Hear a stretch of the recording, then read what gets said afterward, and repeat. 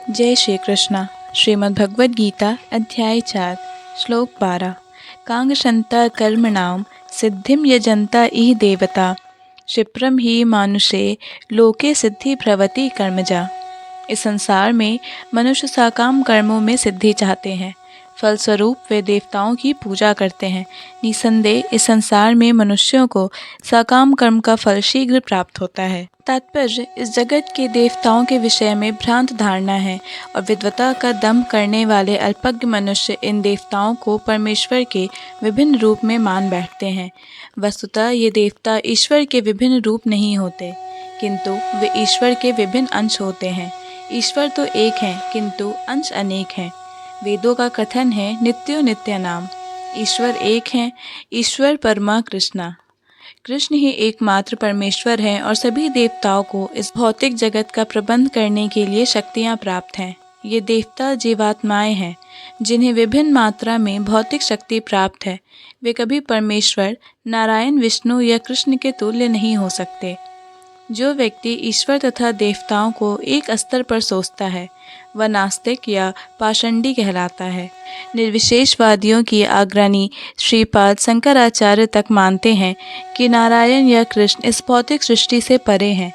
फिर भी मूर्ख लोग देवताओं की पूजा करते हैं, क्योंकि वे तत्काल फल चाहते हैं। उन्हें फल मिलता भी है, किंतु वे यह नहीं जानते कि ऐसे फल क्षणिक होते हैं और अल्पज्ञ मनुष्यों के लिए हैं। बुद्धिमान व्यक्ति कृष्ण भावनामृत में स्थित रहता है। उसे किसी तत्काल क्षणिक लाभ के लिए किसी तुच्छ देवता की पूजा करने की आवश्यकता नहीं रहती। इस संसार के देवता तथा उनके पूजक इस संसार के संहार के साथ ही विनष्ट हो जाएंगे। देवताओं के वरदान भी भौतिक तथा क्षणिक होते हैं। यह भौतिक संसार तथा इसके निवासी, जिनमें देवता तथा उनके पूजक भी सम्मिलित हैं, विराट सागर में बुलबुले के समान है। किंतु इस संसार में मानव समाज क्षणिक वस्तुओं यथा संपत्ति, परिवार तथा भोग की सामग्री के पीछे पागल रहता है।